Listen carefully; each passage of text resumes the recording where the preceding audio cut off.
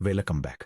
अभी तक हमने अपना काफ़ी समय सीपीयू के अंदर ही बिताया है, कैश हायरार्कीज के साथ छेड़छाड़ करते हुए, मेमोरी अलाइनमेंट से जूझते हुए और सी प्लस प्लस कोड को ऑप्टिमाइज करते हुए ताकि वह हार्डवेयर रजिस्टर्स के जितना हो सके उतना करीब रन कर सके।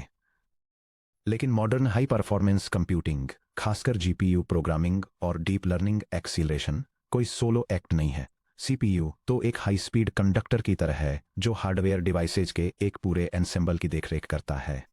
और ये सभी हाई पावर्ड डिवाइसेज आपस में कैसे बात करते हैं? वे सिर्फ मदरबोर्ड पर चिल्लाते नहीं हैं, वे एक बेहद तेज हाईली स्ट्रक्चर्ड हाईवे सिस्टम पर कम्युनिकेट करते हैं, जिसे पेरिफेरल कंपोनेंट इंटरकनेक्ट एक्सप्रेस कहा जाता है, जिसे यूनिवर्सली पीसीआई के नाम से जाना जाता है। अगर आपने कभी मदरबोर्ड में एनवीडिया आरटीएक्स ग्राफिक्स कार्ड, एक एनवीएमई एसएसडी या एक 100 गीगाबिट एनआईसी प्लग किया है, तो आपने फिजिकली एक पीसीआई स्लॉट को छुआ है। लेकिन एक लो लेवल सिस्टम्स पर्सपेक्टिव से पीसीआई एक पीसीबी पर मौजूद फिजिकल प्लास्टिक सॉकेट से कहीं ज्यादा है। ये एक सोफिस्टिकेटेड पैकेट स्विच्ड नेटवर्क है जो ठीक आपके ऑपरेटिंग सिस्टम की नाक के नीचे ऑपरेट करता है। इस सेक्शन में हम पीसीआई आर्किटेक्चर को लेयर दर लेयर टीयर डाउन करने जा रहे हैं, फिजिकल कॉपर ट्रेसेज से लेकर मेमोरी मैप्ड ट्रांजैक्शन पैकेट्स तक, और देखेंगे कि कैसे लिनक्स पीसीआई ड्राइवर्स और डायरेक्ट मेमोरी एक्सेस डीएमए के साथ हमारे पिछले काम से सीधे जुड़ता है। Section break. The evolutionary leap from shared parallel buses 2.2 serial interconnects. ये सच में समझने के लिए कि पीसीआई इस तरह से क्यों काम करता है, हमें एक क्विक हिस्टोरिकल डिटूर लेना होगा। लेगेसी पीसीआई और उसके प्रेडिसेसर आईएसए के दिनों में मदरबोर्ड एक्सपेंशन बसेस सचमुच शेयर्ड पैरेलल बसेस थीं। एक शेयर्ड पैरेलल बस की कल्पना एक ऐसे कमरे के रूप में करें जहां 8 या 16 लोग सभी एक ही फिजिकल पैरेलल कॉपर ट्रेसेज के सेट से जुड़े हुए हैं। जब सीपीयू किसी साउंड कार्ड से बात करना चाहता था तो वह एड्रेस लाइंस पर एक एड्रेस रखता था, डेटा लाइंस पर एक सिग्नल असर्ट करता था और उम्मीद करता था कि बाकी सब शांत रहें। इस मॉडल में 2 मेजर फ्लॉज थे जो क्लॉक स्पीड बढ़ने पर एक ब्रिक वॉल से टकरा गए। पहला है बस कंटेंशन। सिर्फ वन डिवाइस ही एक समय पर बात कर सकता था। अगर ग्राफिक्स कार्ड डेटा सेंड कर रहा था तो हार्ड ड्राइव कंट्रोलर को वेट करना पड़ता था। दूसरा है क्लॉक स्क्यू। एक 32 बिट पैरेलल बस को मदरबोर्ड पर पैरेलल चलने वाले 32 सेपरेट डेटा ट्रेसेज की जरूरत होती है। हाई क्लॉक फ्रीक्वेंसीज पर लाइट और इलेक्ट्रिकल सिग्नल्स एक फाइनाइट स्पीड पर ट्रैवल करते हैं, जो स्टैंडर्ड FR4 पीसीबी सबस्ट्रेट में लगभग 20 सेंटीमीटर्स पर नैनोसेकंड होती है। अगर ट्रेस नंबर 3 ट्रेस नंबर 4 से 1 मिलीमीटर लंबा है तो सिग्नल्स आउट ऑफ सिंक पहुंचेंगे। इस स्पेशियल मिसमैच को क्लॉक स्क्यू के रूप में जाना जाता है और इसने इफेक्टिवली लेगेसी पैरेलल पीसीआई को लगभग 66 मेगाहर्ट्ज पर कैप कर दिया था। यह डायग्राम एक लेगेसी शेयर्ड पैरेलल बस जैसे कि पीसीआई के आर्किटेक्चर को इलस्ट्रेट करता है, जहां सेंट्रल प्रोसेसिंग यूनिट और multiple devices same shared physical wires के ऊपर कम्युनिकेट करते हैं। यह हाईलाइट करता है कि कैसे ये शेयर्ड कनेक्शन क्लॉक स्क्यू और कंटेंशन की वजह बनता है, जो अल्टीमेटली सिस्टम की मैक्सिमम ऑपरेटिंग फ्रीक्वेंसी को लिमिट करता है। पीसीआई ने इस मॉडल को पूरी तरह से बाहर का रास्ता दिखा दिया। एक शेयर्ड पैरेलल बस के बजाय पीसीआई एक point two point cereal packet switched interconnect है। पीसीआई नेटवर्क पर हर डिवाइस का सेंट्रल स्विच या खुद सीपीयू से एक डेडिकेटेड प्राइवेट कनेक्शन होता है। इसमें फिजिकल वायर्स की कोई शेयरिंग नहीं होती, कोई बस आर्बिट्रेशन फाइट्स नहीं होती, और जब ट्रांसफर चल रहा हो तो किसी दूसरे डिवाइस के बीच में आने का 0 चांस होता है। यह डायग्राम पीसीआई एक्सप्रेस का यूज करने वाले एक modern point two point switch architecture के लेआउट को इलस्ट्रेट करता है, कि दिखाता है कि कैसे सेंट्रल प्रोसेसिंग यूनिट एक रूट कॉम्प्लेक्स से कनेक्ट होती है, जो फिर डेडिकेटेड कम्युनिकेशन लेंस के थ्रू इंडिविजुअल पेरिफेरल डिवाइसेस तक डेटा को रूट करता है। इसके अलावा 32 ट्रेसेज पर एक साथ 32 बिट्स भेजने के बजाय पीसीआई डेटा को सीरियली भेजता है, हर डायरेक्शन में एक बार में सिर्फ 1 बिट, वो भी ब्लेजिंग फास्ट फ्रीक्वेंसीज पर। क्योंकि क्लॉक सिग्नल सीधे सीरियल डेटा स्ट्रीम में एम्बेडेड होते हैं जिसमें हार्डवेयर फेज लॉक लूप्स का यूज किया जाता है, इसलिए सेपरेट डेटा लाइंस के बीच क्लॉक स्क्यू वर्चुअली एलिमिनेट हो जाता है। Section break. The physical layer, lanes, differential pairs और लाइन इनकोडिंग। चलिए कॉपर ट्रेसेज पर ही जरा जूम इन करते हैं। फिजिकल डेटा एक्चुअली आपकी सिस्टम मेमोरी और एक जीपीयू के बीच पीसीआई के जरिए कैसे मूव करता है। Differential signalling pairs. सबसे लोएस्ट फिजिकल लेयर यानी लेयर 1 पर PCIe वोल्टेज को एक कॉमन सिस्टम ग्राउंड के रिलेटिव मेजर नहीं करता है। सिंगल एंडेड सिग्नलिंग यानी ग्राउंड के अगेंस्ट मेजर करना एक क्रैम्पर्ड कंप्यूटर केस के अंदर इलेक्ट्रोमैग्नेटिक नॉइज के लिए एक्सट्रीमली वल्नरेबल होती है। इसके बजाय PCIe डिफरेंशियल सिग्नलिंग यूज करता है। एक सिंगल यूनिडायरेक्शनल सिग्नल पाथ में टोटल 2 फिजिकल कॉपर वायर्स होते हैं, सिग्नल पॉजिटिव D+ और सिग्नल नेगेटिव D-। जब ट्रांसमीटर एक लॉजिकल 1 भेजना चाहता है तो यह D+ को हाई और D- को लो कर देता है। लॉजिकल 0 भेजने के लिए यह पोलैरिटी को रिवर्स कर देता है, जिससे D+ लो हो जाता है और D- हाई हो जाता है। यह एक्सप्लेनेशन डिजिटल कम्युनिकेशन में डिफरेंशियल सिग्नलिंग के कॉन्सेप्ट को डिस्क्राइब करता है और यह दिखाता है कि कैसे बाइनरी वैल्यूज को वोल्टेज डिफरेंसेस के जरिए रिप्रेजेंट किया जाता है। एक लॉजिकल 1 तब मिलता है जब पॉजिटिव डेटा लाइन हाई होती है और नेगेटिव लाइन लो होती है, जिससे एक पॉजिटिव वोल्टेज डिफरेंस मिलता है। एक लॉजिकल 0 तब मिलता है जब पॉजिटिव लाइन लो होती है और नेगेटिव लाइन हाई होती है, जिससे एक नेगेटिव वोल्टेज डिफरेंस मिलता है। हर सिग्नल के लिए 2 वायर्स रन करने की मुसीबत क्यों उठानी? नॉइज कैंसिलेशन के लिए। अगर पास के किसी फैन मोटर या हाई पावर GPU VRM से कोई इलेक्ट्रोमैग्नेटिक पल्स मदरबोर्ड ट्रेसेस से टकराती है, तो ये एक ही समय D+ और D- दोनों में लगभग एक जैसा वोल्टेज स्पाइक इंड्यूस करती है। क्योंकि रिसीवर को सिर्फ दोनों वायर्स के बीच के डिफरेंस से मतलब होता है, VDIF = VD+ - VD-, तो कॉमन नॉइज खुद ही पूरी तरह से कैंसिल हो जाता है। लेंस और कॉन्फ़िगरेशंस जैसे X1, X4, X8, 616। एक सिंगल PCIe लेन जिसे X1 लिखा जाता है और Y1 बोला जाता है, उसमें टोटल 4 वायर्स होते हैं। 2 wires transmit TX differential pair के लिए और 2 wires receive RX differential pair के लिए। क्योंकि TX और RX अलग अलग फिजिकल पाथ हैं, इसलिए PCIe इनहेरेंटली फुल डुप्लेक्स है। एक डिवाइस ठीक उसी समय फुल स्पीड पर डेटा ट्रांसमिट कर सकता है जब वह डेटा रिसीव कर रहा हो। यह डायग्राम एक होस्ट कंट्रोलर और एक पेरिफेरल डिवाइस के बीच single lane PCI express connection के हार्डवेयर आर्किटेक्चर को दिखाता है। यह एक बाइडायरेक्शनल कम्युनिकेशन पाथ दिखाता है, जिसमें एक transmit wire pair host transmitter से पेरिफेरल रिसीवर तक डेटा भेजता है और एक receive wire pair peripheral transmitter से वापस होस्ट रिसीवर तक डेटा भेजता है। और ज़्यादा स्पीड चाहिए, आप बस पैरेलल में मल्टीपल लेंस को एक साथ बंडल कर सकते हैं। PCIe कई लिंक विड्थ कॉन्फ़िगरेशंस को स्टैंडर्डाइज करता है, जैसे Y1 1 लेन 4 वायर्स जो साउंड कार्ड या वाईफाई मॉड्यूल जैसे सिंपल एक्सपेंशन कार्ड्स के लिए यूज होते हैं। Y4 4 लेंस 16 वायर्स जो entry level NVMe SSD capture cards के लिए पॉपुलर हैं। Y8 8 लेंस 32 वायर्स जो एंटरप्राइज स्टोरेज कंट्रोलर्स और high speed network interface cards NIC के लिए यूज होते हैं। Y16 16 लेंस 64 वायर्स जो हाई परफॉर्मेंस डिस्क्रीट GPU और डीप लर्निंग एक्सेलेरेटर के लिए गोल्ड स्टैंडर्ड हैं। जब एक X16 GPU को एक X16 मदरबोर्ड स्लॉट में प्लग किया जाता है, तो हार्डवेयर बूट अप के दौरान एक ऑटोमेटिक नेगोशिएशन परफॉर्म करता है, जिसे लिंक ट्रेनिंग कहा जाता है।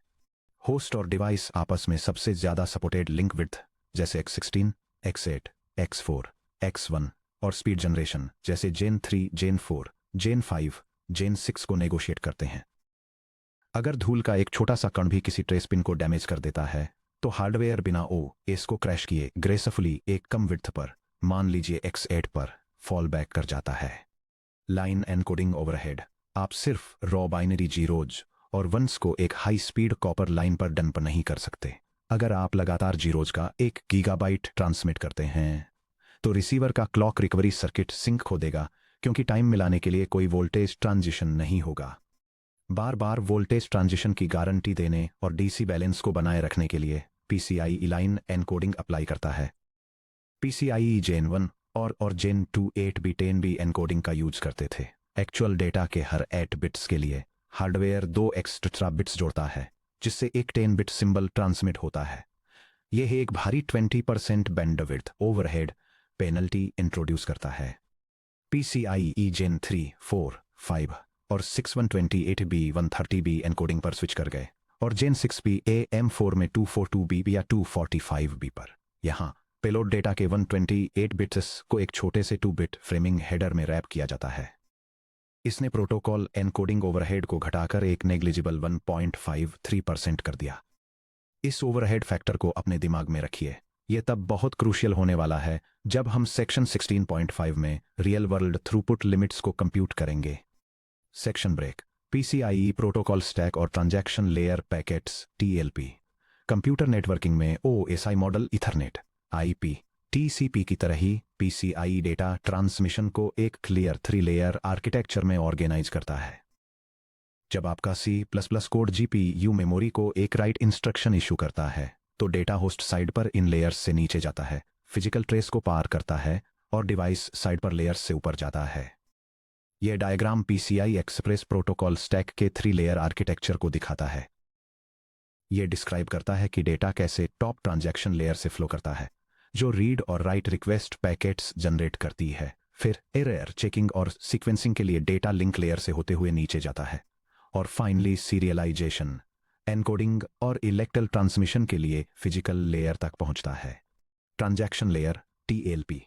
ये वह जगह है जहां हाई लेवल ऑपरेशंस रहते हैं। Transaction layer system memory operands को ट्रांजैक्शन लेयर पैकेट्स टीएलपी में कन्वर्ट करती है। एक टीएलपी पीसीआई नेटवर्क पर काम की फंडामेंटल यूनिट है। यह इनसे मिलकर बना है हेडर 12 to 16 बाइट्स, जिसमें packet type, memory address, request की लेंथ, ट्रांजैक्शन टैग्स और रिक्वेस्टर आईडी होती है, जिसे बस डिवाइस फंक्शन या बीडीएफ के रूप में रिप्रेजेंट किया जाता है, जिसे आपने चैप्टर 15.2 में /sys/bus/pci//devices को इंस्पेक्ट करते समय देखा था। Payload 0 to 4096 bytes actual data जो ट्रांसफर हो रहा है। फॉर एग्जाम्पल, कूडा कर्नल के लिए फ्लोट, एरेज इमेज में डेटा, टेंसर वेट्स डाइजेस्ट या ECRC 4 bytes optional data. Integrity के लिए end to end cyclic redundancy check. यह diagram peripheral component interconnect express communication में यूज होने वाले ट्रांजैक्शन लेयर पैकेट के स्टैंडर्ड स्ट्रक्चर को इलस्ट्रेट करता है। यह 3 मेन कंपोनेंट्स की डिटेल्स देता है, जिसमें राउटिंग और कंट्रोल इंफॉर्मेशन वाला एक मैंडेटरी हेडर, 4 किलोबाइट्स तक के वेरिएबल साइज का एक ऑप्शनल डेटा पेलोड और एरर डिटेक्शन के लिए एक optional end to end cyclic redundancy check शामिल हैं। PCI E2 main transaction types को सपोर्ट करता है, जो एक सिस्टम्स प्रोग्रामर के रूप में आपको पता होने चाहिए। Non posted transactions, request plus completion, sender एक टीएलपी ट्रांसमिट करता है और उसे वापस एक रिस्पॉन्स टीएलपी का वेट करना पड़ता है। मेमोरी रीड्स हमेशा नॉन पोस्टेड होते हैं। अगर सीपीयू एक पीसीआई डिवाइस से एक रजिस्टर रीड करना चाहता है तो ये एक मेमोरी रीड रिक्वेस्ट टीएलपी भेजता है और पॉज या यील्ड करता है जब तक कि डिवाइस कंप्लीशन विद डेटा सीपीएलडीटीएलपी के साथ रिस्पॉन्ड नहीं कर देता। Trade transactions fire and forget, sender TLP भेजता है और ट्रांजैक्शन लेयर पर बिना किसी एक्नॉलेजमेंट पैकेट का वेट किए तुरंत आगे बढ़ जाता है। मेमोरी राइट्स पोस्टेड होते हैं जब एक host DMA engine 4 gigabytes host पिंड मेमोरी को जीपीयूवी रैम में राइट करता है, तो ये पोस्टेड मेमोरी राइट टीएलपी को उतनी तेजी से स्ट्रीम करता है जितनी फिजिकल लिंक अलाउ करती है। Data link layer DLLP data link layer ठीक ट्रांजैक्शन लेयर के नीचे होती है। इसका प्राइमरी काम लॉसलेस ट्रांसमिशन एंश्योर करना है। यह हर टीएलपी को एक 16 बिट सीक्वेंस नंबर और एक 32 बिट लिंक सीआरसी एलसीआरसी के साथ रैप करता है। Receiving data link layer CRC check करती है। अगर ये वैलिड है तो ये सेंडर को वापस एक internal acknowledgement data link layer packet DLLP भेजती है। अगर करप्टेड है तो ये एक नेगेटिव एक्नॉलेजमेंट डीएलएलपी भेजती है, जिससे सेंडर के रिट्राई बफर से तुरंत हार्डवेयर रिट्रांसमिशन ट्रिगर होता है।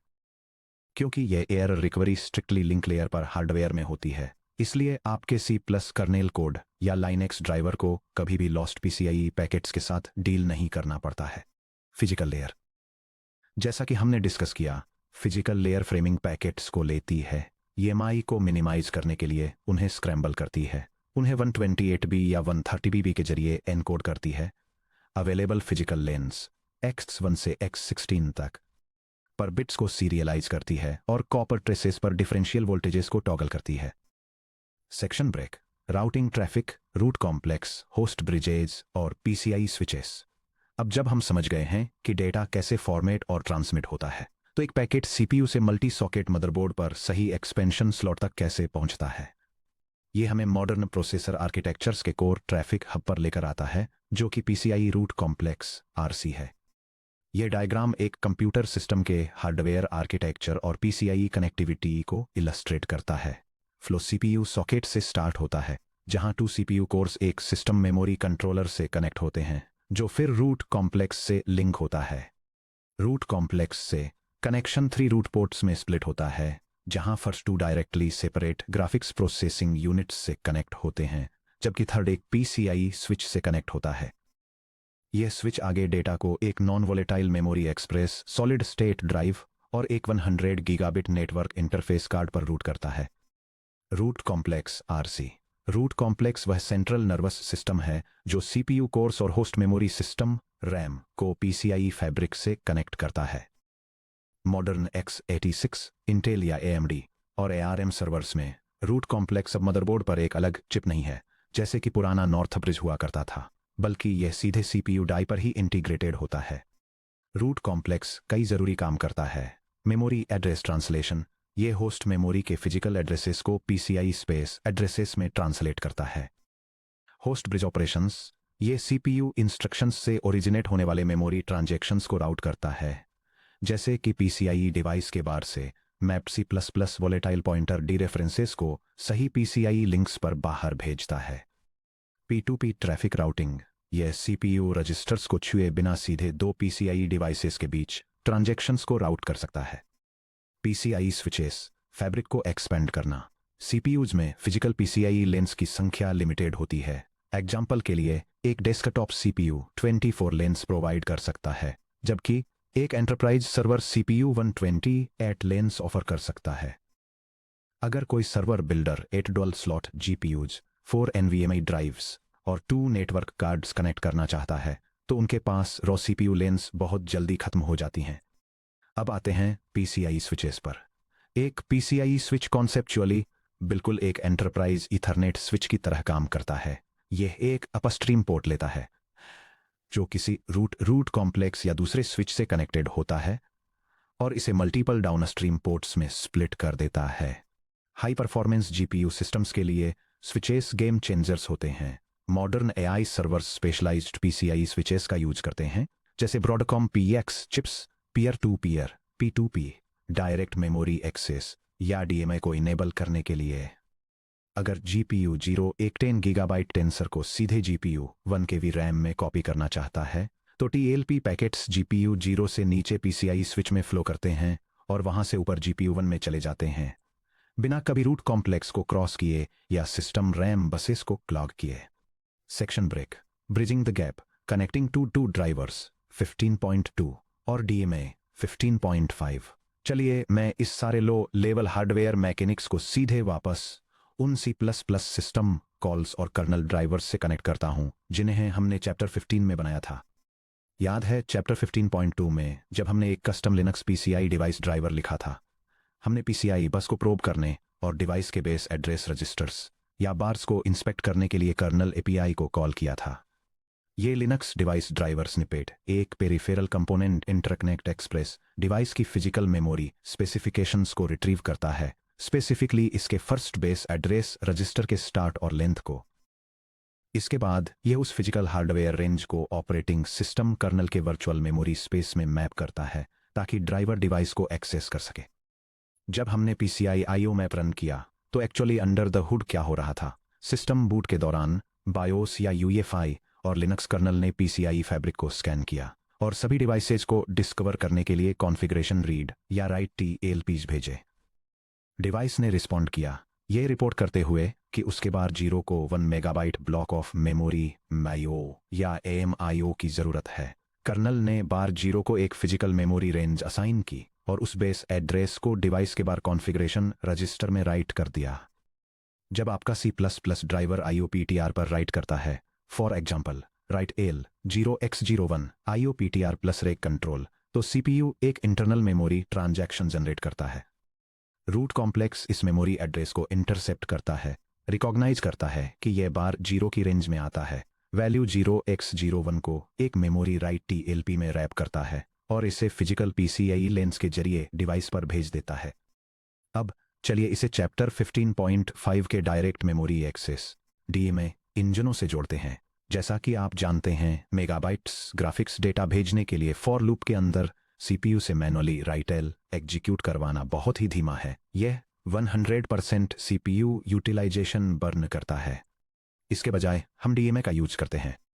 यह डिस्क्रिप्शन एक हार्डवेयर बस के ऊपर डायरेक्ट मेमोरी एक्सेस के लिए सीक्वेंस ऑफ इवेंट्स को आउटलाइन करता है। यह होस्ट प्रोसेसर द्वारा एक डेडिकेटेड मेमोरी बफर सेटअप करने और पेरिफेरल डिवाइस को उसकी लोकेशन के बारे में नोटिफाई करने के साथ शुरू होता है।